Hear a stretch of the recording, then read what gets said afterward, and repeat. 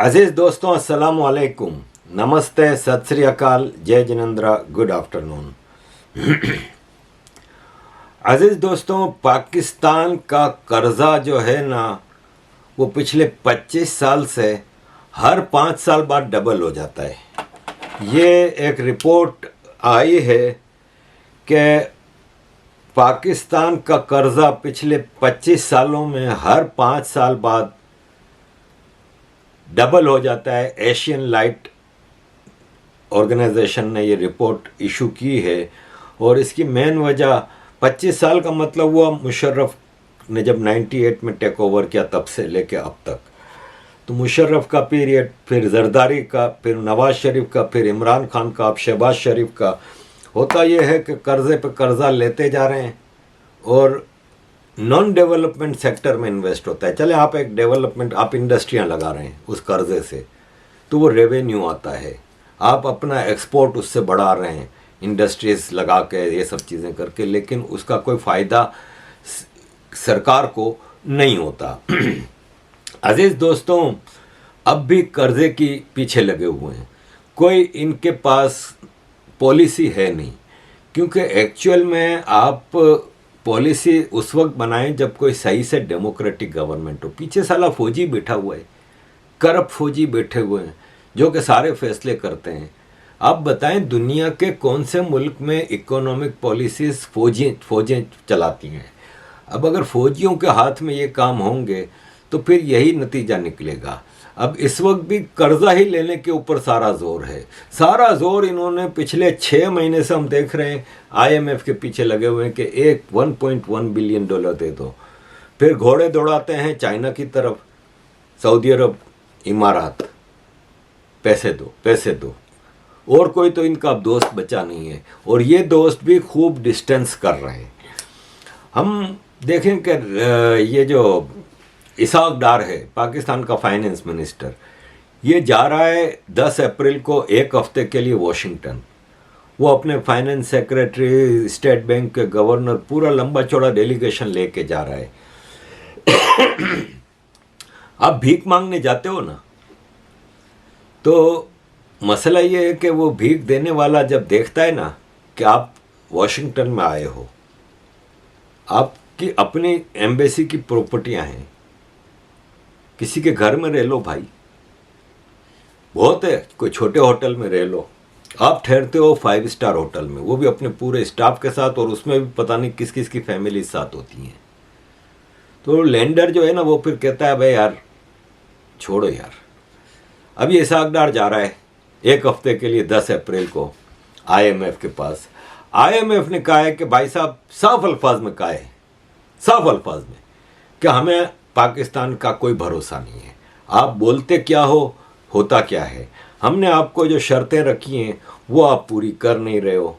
आपको हमने शर्त रखी है कि आप हमें, आपके जो फ्रेंडली कंट्रीज़ हैं सऊदी अरब, चाइना और इमारात, आप हमें बार बार कहते हो कि वो भी हमें लोन देने वाले हैं।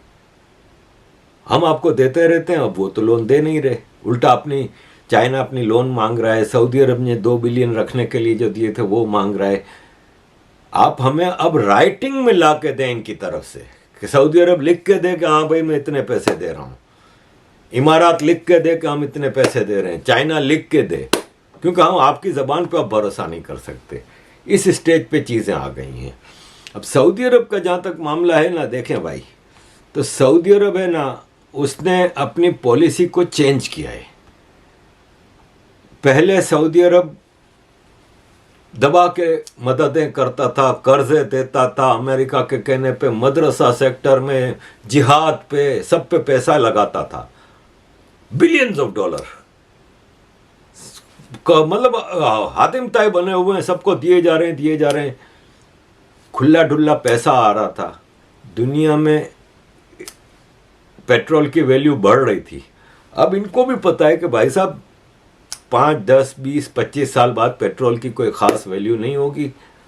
इकोनॉमी स्ट्रॉन्ग करो, देना वाना बंद करो। तो आज सऊदी अरब पहले से ज़्यादा पैसा खर्च कर रहा है बाहर, लेकिन इन्वेस्ट कर रहा है अपने मुल्क में इंडस्ट्री लगाने के लिए। बाहर प्रॉफिट मेकिंग जैसे अब चाइना में 3.6 बिलियन डॉलर एक पेट्रोकेमिकल कंपनी में इन्वेस्टमेंट की है, 10% शेयर लिए हैं उसके, उसमें अब पेट्रोल रिफाइन होगा, रिफाइंड पेट्रोल ज़्यादा महंगा बिकता है।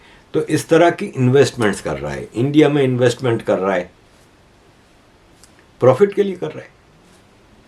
सऊदी अरब में डाउनटाउन रियाद बना रहा है, पता नहीं मल्टी बिलियन डॉलर का प्रोजेक्ट है। नियॉन सिटी बना रहा है, hundreds of billions of dollar का प्रोजेक्ट है। 2030 जो इनका प्लान है सऊदी अरब का, उसमें तकरीबन 500 बिलियन डॉलर का इन्वेस्टमेंट है। आज पहले से ज़्यादा इन्वेस्टमेंट कर रहा है। लेकिन ये जो भिखारी मुल्क आ जाते थे ना, अब जैसे ये बता रहे हैं कि पाकिस्तान, इजिप्ट, लेबनान जैसे मुल्क आ जाते थे पैसे मांगने के लिए, और ये सऊदी इनको पैसे दे देते थे। अब सऊदी अरब देखता है कि भाई साहब इनके जो लीडर्स हैं, इनकी जो एलिट है, वो तो हमारी एलिट से ज़्यादा महंगे हिसाब किताब में रहती है, अय्याशियों में। इनके घर देखें, महलात जैसे घर, मतलब आप ग्रेड 12, ग्रेड 16 के ऑफिस ब्यूरोक्रेट्स को आप देखें, उनके घर देखें, आप जजिस के घर देखें। तो सऊदी अरब कहता है भाई साहब अब छोड़ो यार, बहुत हो गया यार, अब बेवकूफ़ बनाना छोड़ दो। हम आज भी पहले से ज़्यादा इन्वेस्ट कर रहे हैं, लेकिन अब सीधा सीधा बताओ मिलेगा क्या। एक तो इंटरेस्ट फ्री लोन तो हमने बंद कर दिए, अब वो इस्लाम वाले हिसाब किताब, सूद हराम ये वो नहीं चलेगा। इंटरेस्ट फ्री लोन बंद कर दिए, सीधा सीधा बताओ क्या दोगे। अब पाकिस्तान ने IMF को कहा है कि हमें है ना, सऊदी अरब ने $2 बिलियन देने का वादा किया है। IMF कहता है लिखवा के लाओ सऊदी अरब से। सऊदी अरब को पूछा गया तो सऊदी अरब ने कहा कि अभी हमने टाइम मांगा है।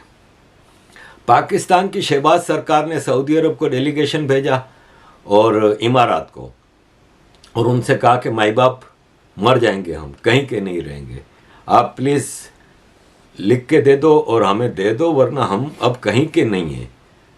तो इमारात ने और सऊदी अरब ने दोनों ने कहा कि हम सोच रहे हैं, अभी प्लीज़ सोचने का टाइम दे। पाकिस्तान ने ऑलरेडी अनाउंस कर दिया कि सऊदी अरब ने $2 बिलियन देने का ऐलान कर दिया, हालांकि सऊदी अरब ने अभी एग्री नहीं किया है, अभी टाइम मांगा है। और ये भी कहा है कि हम अगर जो देंगे तो वो आपको रखने के लिए देंगे, उससे आप दूसरे कर्जे अदा करें, अपने LCs के लिए, इंपोर्ट के लिए उसको खर्च करें, वो अलाउ नहीं करेंगे। वो आप सिर्फ अपने फॉरेन एक्सचेंज रिजर्व में रख सकते हैं, लेकिन अभी भी हम इस पे सोच रहे हैं। IMF कह रहा है कि एक तो आप सऊदी अरब, इमारात और चाइना से लिखवा के लाओ, दूसरा ये कि आपका जो सब्सिडी है ना, सर्कुलर डेट, 900 बिलियन रुपए का है सालाना, एक साल का 900 बिलियन रुपया है। 900 बिलियन रुपए का मतलब है $3 बिलियन से ज़्यादा, $3 बिलियन से ज़्यादा का आपका सर्कुलर डेट है। ये आप सब बताएं हमें कि आप इसको कैसे ख़त्म करेंगे। बातें बहुत हो गई, पेपर पे भी लिख के लाते हो कि हम ये करेंगे, होता कुछ नहीं है। शहबाज सरकार ने, अभी याद होगा ना आपको, धड़ल्ले से हम सारे मिनिस्टरों से पेट्रोल फ्री ख़त्म कर रहे हैं, हम इनको सैलरीज हाफ कर रहे हैं, कुछ नहीं है, वही सब ड्रामे चल रहे हैं, सबकी पेट्रोल फ्री, इलेक्ट्रिसिटी फ्री। एक एक जज आपको 40-50 लाख रुपया महीना ऑफिशियल पड़ता है, इलीगल चीज़ें अलग। दूसरा IMF ने कहा है कि आपने जो पेट्रोलियम लेवी है, जो 850 बिलियन रुपए, अगेन $3 बिलियन और टैक्सेस वगैरह, भाई साहब बताओ क्या करोगे इसका। तो अजीज़ दोस्तों, ये सूरत हाल है। मामला मैंने कुछ ज़्यादा ही गर्म कर दिया है, तो उसको ठंडा करने के लिए 1-1.5 मिनट की आपके सामने ये मेरी बहन की मेरी वीडियो रख रहा हूँ आपके सामने। बड़ी खूबसूरत वीडियो है, मुझे इस वीडियो का मैसेज बहुत पसंद आया, सुनिए ज़रा। When I was growing up, my mom would always scold me that your feet should not touch the books. It is Saraswati Mata. Don't play with coins, it is Lakshmi Mata. Don't play with food, it's Annapurna Devi. And I found it strange. Why is everything considered as a god? It's later on that I realized the secrets behind this is in Vedanta. So let me explain. There's a beautiful dialogue in Chandogya Upanishad between a father and a son. The father teaches his son Svetaketu this, that in the beginning, Sat alone was there. Sat is the highest truth. Then it thought, may I be many, and it evolved in this manifold universe. Tattvam Asi, you are that Swetaketu. So in Vedantic philosophy, it is said that the whole of nature and the whole of universe is the body of God. The divine runs through everything, and that is the reason we worship everything. So Saraswati Mata is the goddess of knowledge, Lakshmi Mata is the goddess of wealth, Datti Mata is the goddess of earth, Agni Dev, the fire god, Surya Dev, the sun god, Varun Dev, the sea god, and so on. Because everything, including us, is the manifestation of the divine. Thank you. अजीज दोस्तों, economy पे ही आगे मैं बढ़ूंगा। ये एक बहुत ज़बरदस्त report आई है Yahoo quartz में कि पाकिस्तान में भूख से लोग मर रहे हैं, भगदड़ स्टैम्पिड आटे की लाइनों में उससे लोग मर रहे हैं, और पाकिस्तान इस हद तक आ गया है कि पाकिस्तान के पास अपने फ़ौजियों के लिए हथियार और फ़ौजियों के लिए खाना सप्लाई करना मुमकिन नहीं रहा। इस्लामिक मुक़द्दस महीना रमज़ान पाकिस्तानियों पे हिस्ट्री का सबसे भारी महीना गुजरा है और गुजर रहा है। लोग रमज़ान के महीने में आटा लेने के लिए स्टैम्पिड में भी भगदड़ में मर रहे हैं। फौजियों की सप्लाई रुक गई है। 16 से ज़्यादा लोग खाली कुछ दिनों में फूड सेंटर पे आटा लेने में मर गए हैं। हज़ारों ज़ख्मी हैं और भूखे हैं। कंज्यूमर प्राइस खाली मार्च के महीने में 35.4% बढ़ी है। ये हाईएस्ट है 1965 के बाद। फूड, कुकिंग ऑयल, इलेक्ट्रिसिटी लोगों की पहुंच से बाहर हो गए हैं। महंगाई इस हिसाब से बढ़ रही है कि पाकिस्तान इज़ ऑलमोस्ट फैमिन की सूरत हाल में है। भूख मरो होता है ना, जो फैमिन होता है, फैमिन वाली सूरत हाल में है। ये शाहिदा वजारत कराची बेस्ड एनालिस्ट ने एजेंस फ्रांस प्रेस को बताया। फाइनेंशियल एक्सप्रेस ने बताया है कि स्टेट अफेयर्स 220 मिलियन लोगों की इस कंट्री में इतना ख़राब है कि गवर्नमेंट को अपने फौजियों के फूड खाने को कम करना पड़ा है। गवर्नमेंट अपने फौजियों की ज़रूरियात, हथियारों की, खाने की, वर्दियों की, इन चीज़ों को पूरा करने में फारिग हो चुकी है और वो उनकी ज़रूरियात को पूरा नहीं कर पा रही। पाकिस्तान में तालिबान स्टाइल के टेररिस्ट ऑर्गेनाइजेशंस का टेक ओवर करने का ख़तरा बढ़ गया है। पाकिस्तान जब अपने फ़ौजियों को खाना, हथियार और पैसा नहीं दे पा रही, तो फिर तालिबान और दूसरे टेररिस्ट ग्रुप जो पाकिस्तान में बहुत ज़्यादा ऑपरेट करते हैं, वो उनका पावर बढ़ेगा। और करंट कंडीशन पाकिस्तान की ऐसी ही है जो 2021 में अफ़गानिस्तान की थी, जब तालिबान ने, चूँकि अशरफ गनी की गवर्नमेंट कुछ करने जैसी रही नहीं थी, तो तालिबान ने टेक ओवर कर लिया। यही चांस पाकिस्तान में भी नज़र आता है कि टेररिस्ट ग्रुप्स पाकिस्तान के मुख्तलिफ इलाकों पे काबिज हो जाएंगे। Uzair Yunus, director of Pakistan initiative Atlantic councils south Asia centre, ने इंटरसेप्ट मैगज़ीन को कहा है कि पाकिस्तान की कमज़ोर गवर्नमेंट के पास अब इतनी कैपेसिटी नहीं रही कि वो अपनी हुकूमत चला सके। वो कोई भी चीज़ अब अपने मुल्क में लागू नहीं कर सकती। पाकिस्तान के पास पैसा बिल्कुल बंद हो गया है और वो सिर्फ फॉरेन एड, भीख और लोन के ऊपर चल रही है, जबकि अब इसके अपने दोस्त कंट्रीज़ भी इसका मामला सुधारने में नाकाम नज़र आते हैं। अज़ीज़ दोस्तों, यहाँ पे मैं आपके सामने हमीद गुल की ये स्पीच एक रखना चाहूँगा। ये जनरल हमीद गुल ISI का चीफ था जब भारत में खालिस्तान और जम्मू एंड कश्मीर में प्रॉक्सीज पाकिस्तान ने शुरू की थी। ये आईएसआई का वो बदबूदार नाम है जो शायद हिस्ट्री का पाकिस्तान को आज बर्बादी के किनारे पे लाने वाला ये है। ये जब इसको ज़बरदस्ती रिटायर किया गया क्योंकि ये सिर्फ टेररिज्म करता था।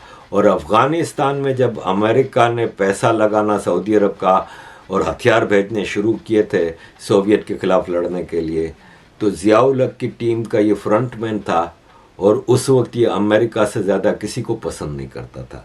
उस वक्त अमेरिका अल्लाह याद नहीं आता था, अमेरिका याद आता था। और ये अमेरिका के टोटल इशारे पे सब चीज़ें करते रहे।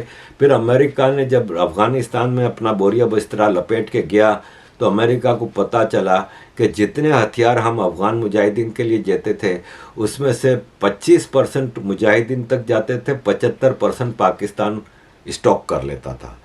तो 1987-88 में अमेरिका ने पाकिस्तान से हथियारों का हिसाब मांगा और अमेरिका की CIA उस वक्त पाकिस्तान में सबसे बड़ा इनका नेटवर्क था। तो CIA के पास रिपोर्ट्स थी कि रावलपिंडी में फलां डिपो है जहाँ पे वो सारा हथियार बचा के रखा गया है। तो यही हमीद गुल ने ओजड़ी कैंप रावलपिंडी में उस हथियारों के डिपो पे आग लगा दी थी। और उस वक्त मैं भी कराची में था, सऊदी अरब से वापस आया था, मैं कहीं जॉब करता था। तो जॉब पे हमें खबरें मिली कि इंडिया ने हमला कर दिया है रावलपिंडी पे और रावलपिंडी इस्लामाबाद में रॉकेट और मिसाइल्स गिर रहे हैं। फिर बाद में क्लैरिफिकेशन हुई कि नहीं, वो ओजड़ी कैंप के हथियारों के डिपो में आग लग गई थी, तो वहाँ से रॉकेट और मिसाइल्स उड़ उड़ के आबादियों पे गिर रहे हैं, बेशुमार लोग मरे थे। इस तरह इन लोगों ने अमेरिका का मुंह बंद कराया था। ये हमीद गुल फिर जब अमेरिका ने ज़ियाउल हक को उड़ा दिया हवाई जहाज़ के ज़रिए अपने एम्बेसडर के साथ, तो हमीद गुल को बेनज़ीर भुट्टो को कहा गया कि इसको रिटायर करो। तो हमीद गुल को रिटायर करके कल्लू खान नामी बेनज़ीर भुट्टो ISI का चीफ लाई थी। तब से हमीद गुल अमेरिका से तपा हुआ है कि इनकी दिहाड़ी बंद हो गई, इनके हिसाब किताब बंद हो गए, तो ये एंटी अमेरिका हो गया। ये सोच के हिसाब से जमात इस्लामी के करीब था और पाकिस्तान की हिस्ट्री का सबसे नासूर कैरेक्टर जो लाया गया है ना पॉलिटिक्स में, वो इमरान खान, वो हमीद गुल के कहने पे पॉलिटिक्स में आया था। हमीद गुल ने ही इसकी ग्रूमिंग की थी सबसे पहले और उसके बाद लगातार ISI के जितने चीफ आते रहे वो इमरान खान की ग्रूमिंग करते रहे। ऐसे ही जैसे लंदन में सेक्स ग्रूमिंग गैंग्स पाकिस्तानी पंजाबियों के लड़कियों को ग्रूम करते हैं, ऐसे ही इमरान खान को ग्रूम किया था। तो ज़रा हमीद गुल की ये स्पीच सुने जिसमें ये क्या क्या बकवासियत कर रहा है, जबकि खुद सारी ज़िंदगी अमेरिका का एजेंट रहा है। पाकिस्तान के साथ सफारती ताल्लुक अमेरिका तोड़ने जा रहा है। कैसी अच्छी बात है, कैसी अच्छी खबर है।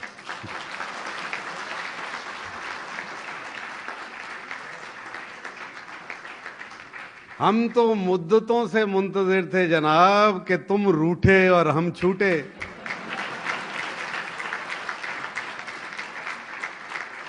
रूठो तो सही हमारे साथ ताकि हम कौम बन जाएं। तुमने हमारा बेड़ा गर्क कर दिया अपनी दोस्ती के आड़ में आके। कभी तुम ड्रोन अटैक करते हो और कभी डेविस अटैक करते हो। ड्रोन अटैक तुम हमारे कबायली इलाकों में करते हो और डेविस अटैक तुम हमारे शहरों में कर रहे हो। लगता है कि बहुत सारे डेविस फिर रहे हैं और मैं तो एक इंटेलिजेंस का सरबराह रह चुका हूं। मैं चिल्लाता रहा कि ये फैले हुए हैं आपके रगो पै के अंदर, घुस गए हुए हैं दोस्ती की आड़ में। हकीकत यह है कि पहले दिन से ये हमारा जो अमेरिका के साथ ताल्लुकार है ये नाकिस और गलत था। ये बहुत ही कच्ची बुनियादों के ऊपर खड़ा था। उनके और हमारे मफादात के अंदर बहुत एक तसादम की कैफियत है। हम बिल्कुल नजरियाती मुल्क हैं, नजरियाती बुनियाद है हमारी, और इस्लाम है वो इस्लाम के दुश्मन हैं, उसके मुखालिफ। हमारा उनका, क्योंकि वो ज़ायनिस्ट या सेहूनी रियासत के सपोर्टर्स और उसके पुश्तीबान हैं, और सेहूनी रियासत ने हमें बर्दाश्त नहीं किया कभी भी। बदकिस्मती से, हमारी खुशकिस्मती, क्योंकि हम तो माशाअल्लाह 27वीं शब जो रमज़ान की थी, जुमातुल मुबारक की शब थी, उस मखसूस लम्हे में, उस पाक लम्हे के अंदर, मुक़द्दस लम्हे में पाकिस्तान तख्लीक हुआ, तो हमारी ये खुशकिस्मती। लेकिन हमारे साथ ही एक और बच्चा पैदा हो गया था उसी वक्त, वो इजराइल का बच्चा था। और ये दोनों रियासतों का एक ऐसा अजली तसादुम है जिसने एक नतीजा बरामद करना है। तारीख के हवाले से एक नतीजा, अभी 63 ईयर्स हुए और अब वो मकाम आ गया है कि अमेरिका जो उसकी पुश्तपनाही कर रहा था, आलमी इस्तेमार, और फिर आलमी इस्तेमार के साथ भारत, हमारा अजली दुश्मन, वो भी शरीक हो गया था। ये अच्छी बात है कि हमारे तमाम दुश्मन यकजा हो गए, ताकि हमें पता चले कि हम कौन हैं और मुकाबला करेंगे, डट के खड़े रहेंगे। हम गरीब हैं, बेसर सामान हैं, लेकिन गरीबी और बेसर सामानी जो है उसकी वजह यह नहीं कि आप आज़ादी आपकी छीन ली जाए, आपका वक़ार, आपकी इज्जत, आपकी हमीयत और पाकिस्तान की हाकमियत आला छीनना, ये तो मुमकिन ही नहीं है कि ये तो हमारी तो हाकमियत आला है ही नहीं दूसरी कौमों की तरह। ये तो हमारी तो अल्लाह की हाकमियत है, हमने आइन के अंदर लिखा हुआ है, अपने आइन के अंदर। एसएम जफर साहब बैठे हुए हैं, बताएंगे, लिखा हुआ है कि अल्लाह सुब्हाना तआला हमारा हाकिम आला है। और तुम कैसे समझते हो कि तुम हमारी हाकमियत छीन लोगे हमसे? ये अल्लाह की हाकमियत है, तुम छीन ही नहीं सकते। और ये एक मार्का आन पड़ा आपकी जिंदगियों में। खुशकिस्मत है हम लोग जिस वक्त सांस ले रहे हैं, जो ये सब कुछ देख रहे हैं अपने सामने।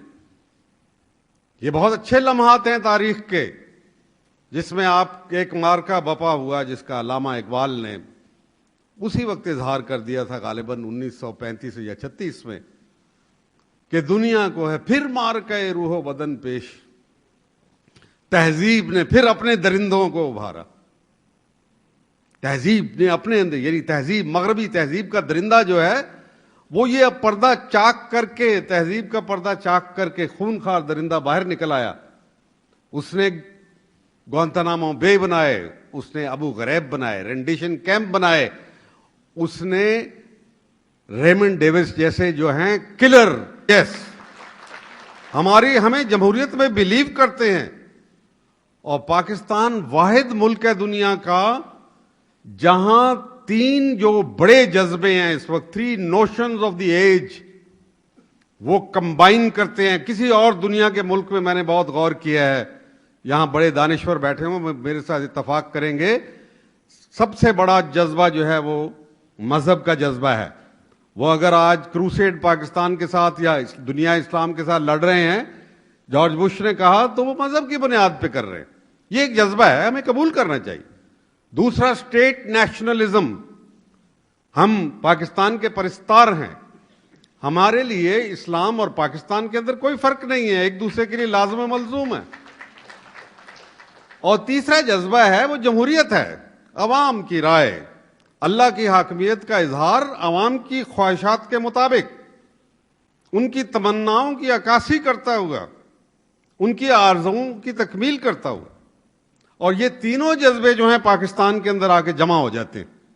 दुनिया का कोई मुल्क ऐसा नहीं है जहां इस्लामी जज्बा, जमहूरियत और स्टेट नेशनलिज्म इस तरीके से इकट्ठे हुए हों जैसे पाकिस्तान। अजीज दोस्तों, आगे बढ़ते हैं कि जजों ने फैसला दिया इमरान खान के सपोर्ट में अगेन कि पाकिस्तान का कॉन्स्टिट्यूशन और कानून इलेक्शन कमीशन ऑफ पाकिस्तान को इजाज़त नहीं देता कि वो 90 दिन से ज़्यादा इलेक्शन को डिले करें, इसलिए आपने इलेक्शन तो कराने ही हैं। अब गवर्नमेंट उस फैसले को मानने से इनकार कर रही है। गवर्नमेंट मान नहीं सकती। सबसे पहली बात तो यह कि जब आप अपने फौजियों को खाना नहीं दे सकते, अपने आवाम को खाना नहीं दे सकते, आप 21 अरब रुपया इलेक्शन के लिए कहाँ से इलेक्शन कमीशन ऑफ पाकिस्तान को देंगे। दूसरा, जो सिक्योरिटी सिचुएशन है, इसमें टीएलपी पंजाब में एक्टिव है, टीटीपी एक्टिव है, वो इलेक्शन कैसे होंगे? सिक्योरिटी वाइज मामला ख़राब हैं। तीसरा और सबसे इम्पोर्टेंट पॉइंट ये है कि जो भी होगा इमरान खान जीतेगा। आर्मी इमरान खान को कैसे एक्सेप्ट करेगी पावर में? तो इलेक्शन तो नहीं होते। और जजों ने जो फैसला दिया है उसकी वजह यह है कि जब चीफ जस्टिस बंदियाल की बीवी अता उमर बल्दियाल की बीवी नियाजी इमरान खान नियाजी के धरनों में और प्रोग्रामों में देगों में बांट रही थी, देगों में खाना निकाल निकाल के जब सप्लाई कर रही थी, उसी औरत का शौहर जब चीफ जस्टिस हो तो पाकिस्तान में तो ये चीज़ें चलती हैं। यहाँ पे मुझे किसी ने भारत की ये मिसाल दी, आई डोंट नो करेक्ट है कि नहीं, क्योंकि आप सोशल मीडिया की सारी न्यूज़ को सच नहीं कह सकते। किसी ने भेजी है, मैं आपके साथ शेयर करता हूँ, इसकी ऑथेंटिसिटी पे आई एम नॉट श्योर, कि भारत के state Madhya Pradesh high court के जज जस्टिस अनिल सूरीधरन ने सुप्रीम कोर्ट ऑफ इंडिया से रिक्वेस्ट की है कि इनका ट्रांसफ़र किया जाए किसी और स्टेट हाई कोर्ट में। उसकी वजह उन्होंने ये बताई कि उनकी बड़ी बेटी है ना, वो अब मध्य प्रदेश स्टेट की डिस्ट्रिक्ट और हाई कोर्ट में वकील बन गई हैं, तो वो वहाँ पे अपनी वकालत करेंगी। तो मेरे लिए फिर उस स्टेट में एज ए जज रहना अच्छी बात नहीं है, ये एक अच्छी रिवायत नहीं है। इसलिए भारत की सुप्रीम कोर्ट ने उनकी ये रिक्वेस्ट कबूल करते हुए उनका transfer Jammu and Kashmir high court में कर दिए। ये होते हैं जज, अगर सच्ची बात है ये, तो ना भी है तो ये मिसाल जो है वो होनी चाहिए।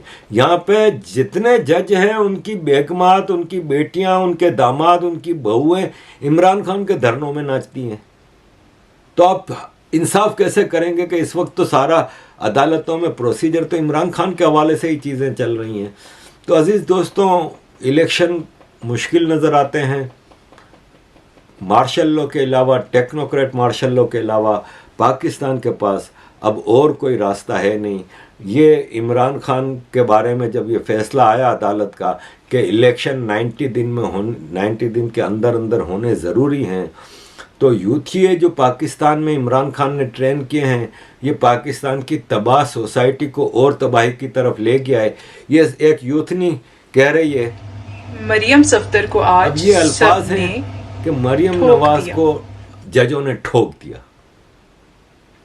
मतलब इस तरह की लैंग्वेज और औरतें भी इस्तेमाल कर रही हैं और औरतों के लिए कर रही हैं।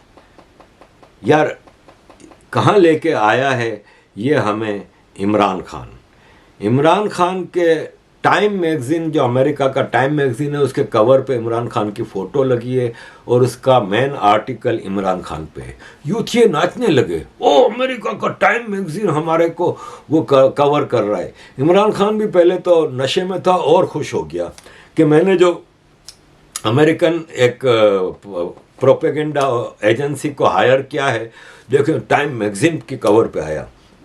पता चला कि उस टाइम मैगज़ीन के कवर में कुछ है, अंदर कुछ है। अंदर इमरान खान के बारे में ये कहा गया है कि तालिबान अपोलोजिस्ट है। इसके बारे में ये कहा गया कि ये प्लेबॉय था, जो एक करप्ट आदमी का बेटा था और अय्याशी से रहता था, इसका इंसानियत से कोई ताल्लुक़ नहीं था। ये अपनी जवानी में लंदन के नाइट क्लब्स में सुपर मॉडल्स के साथ रोज़ इसकी रातें गुजरती थीं। इसने 2021 में जब ये अफ़गानिस्तान में तालिबान ने टेक ओवर किया तो ये प्राइम मिनिस्टर ऑफ पाकिस्तान था, तो इसने कहा कि अफ़गानिस्तान में तालिबान ने ग़ुलामी की जंजीरें तोड़ दी हैं। और इसको एक बार पूछा गया कि पाकिस्तान में सेक्स वायलेंस बहुत बढ़ गया है, तो इसने कहा अगर औरतें कम कपड़ा पहन के जाएंगी तो आदमी के ऊपर असर तो पड़ेगा ना, आफ्टर ऑल आदमी है, कोई रोबोट थोड़ी है। और इस तरह की ये बातें करता रहा है। इसने इस तरह की बातें, ये सब टाइम मैगज़ीन कह रहा है, ठीक है। और फिर आगे ये टाइम मैगज़ीन लिखता है कि पाकिस्तान में आज इकोनॉमी तबाही आई है, तो इसकी मेन वजह यह है कि ये इमरान खान के अपने दौर में फाइनेंशियल मिसमैनेजमेंट की वजह से ये सब चीज़ें हुई हैं। इसने एक बहुत ही ज़बरदस्त इकोनॉमिस्ट आतिफ मियाँ को अपना एडवाइज़र बनाया, लेकिन इस्लामिस्ट एक्सट्रीमिस्ट ने जब इसके ऊपर शोर मचाना शुरू किया, क्योंकि वो आतिफ मियां अहमदी था, तो इसने फ़ौरन उसको हटा दिया। 2018 में इमरान खान जब इलेक्शन जीता और इलेक्शन कैंपेन कर रहा था, तो इसने कहा था कि मैं बेगिंग बॉल, भीख का जो कटोरा है वो तोड़ दूंगा और मैं किसी से भीख मांगूंगा नहीं। लेकिन इसने आते ही IMF से $6 बिलियन का एग्रीमेंट किया लोन का, और उसके नतीजे में इसने टैक्सेस बहुत बढ़ा दिए और मिसमैनेजमेंट इतनी इसकी बढ़ गई कि तेल की, पेट्रोल की प्राइस इसने अचानक बढ़ा दी, और ये सब चीज़ें जिसकी वजह से पाकिस्तान में कुछ अच्छा नहीं हो सका। इसके पूरे गवर्नमेंटल पीरियड में पाकिस्तान में फंडामेंटल कोई इशू बेहतर नहीं हुआ, कुछ भी ऐसा नहीं किया गया जिससे कि पाकिस्तान की इनकम बेहतर हो, टैक्स बढ़े। इसके दौर में पाकिस्तान में सिर्फ 2.5 मिलियन लोग टैक्स देते थे, जिसका मतलब हुआ 1% पॉपुलेशन ऑफ पाकिस्तान खाली टैक्स देती थी। ये इमरान खान का टाइम मैगजीन में था, जिसके ऊपर यूथ ये नाच रहे हैं। तो अजीज़ दोस्तों, ये खबरें हैं। एंड पे मैं आपके साथ एक और छोटी सी सैड न्यूज़ शेयर करना चाहूँगा। वो ये कि इमरान खान के लोगों को गिरफ्तार किया जाता है, 2 दिन 3 दिन अय्याशी से रहते हैं, हॉस्पिटलों के ट्रिप कराए जाते हैं और छोड़ दिया जाता है। सिंधी, बलोच, पख्तून, मुहाजिर के साथ क्या होता है, ये आपके सामने मैं एक नाम रख रहा हूँ। ये है मोहम्मद हमीद। ये 2015 में जब MQM के खिलाफ ऑपरेशन शुरू हुआ, तो मैंने आपको कई बार बताया कि 90 दिन का प्रोविजनल ऑर्डर लाके बगैर किसी अदालत में पेश किए हजारों MQM के लोगों को उठा के ले गए थे। उनमें से एक है, ये 9 साल से जेल में था, बगैर कोई कोर्ट, बगैर कोई सज़ा नहीं हुई, कोई कुछ नहीं। ISI की कस्टडी में था, मर गए। परसों इनकी डेथ हो गई, कस्टडी में हथकड़ी लगी हुई। पाकिस्तान में पंजाबी होना कितना प्रिविलेज है, ये इससे आप अंदाज़ा लगा लें। और इस वक्त भी हज़ारों ऐसे लोग ISI और फौज की कस्टडी में हैं, इलीगल कस्टडी में, और जिंदों मतलब मुर्दों से बदतर वहाँ पे दिन गुजार रहे हैं। और सोरोस और इंटरनेशनल इकोसिस्टम इमरान खान के लोगों के लिए कि इमरान खान के ऊपर ऑपरेशन हो रहा है, डेमोक्रेसी पाकिस्तान में ख़त्म हो गई है, जबकि एक यूथिया इस वक्त जेल में नहीं है। एक यूथिया जिसको उठाया जाता है, कुछ ही घंटों में अदालत केस खारिज करती है, जमानत देती है। कोई अगर 2 दिन कस्टडी में रह जाए ना, तो वो हॉस्पिटल में, तो इधर फवाद चौधरी, शहबाज गिल, कितने नाम है, शेख रशीद, सीधा हॉस्पिटल, कोई टॉर्चर नहीं, कोई कुछ नहीं, बेहतरीन बैरकों में रखा जाता है। और ये जो पंजाबी नहीं है उनके साथ ये सलूक हो रहा है।